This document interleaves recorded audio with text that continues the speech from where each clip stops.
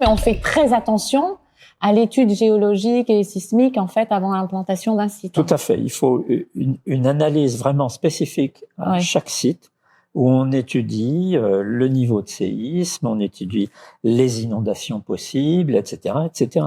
Ici, par exemple, nous sommes à Nogent-sur-Seine. La centrale est protégée contre une crue historique de la Seine, donc elle est construite sur une plateforme qui fait plusieurs mètres de haut.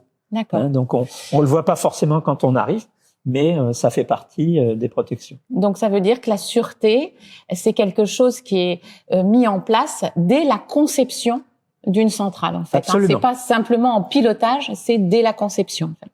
Absolument. Tu fais bien de dire dès la conception, mais pour autant, pendant la vie de la centrale, il faut se reposer la question périodiquement.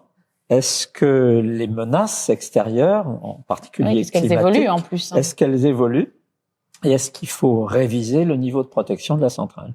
En France, la réglementation oblige l'exploitant à arrêter la centrale tous les 10 ans et lors de cet arrêt, on fait justement un réexamen des conditions de sûreté du site, en particulier les agressions externes.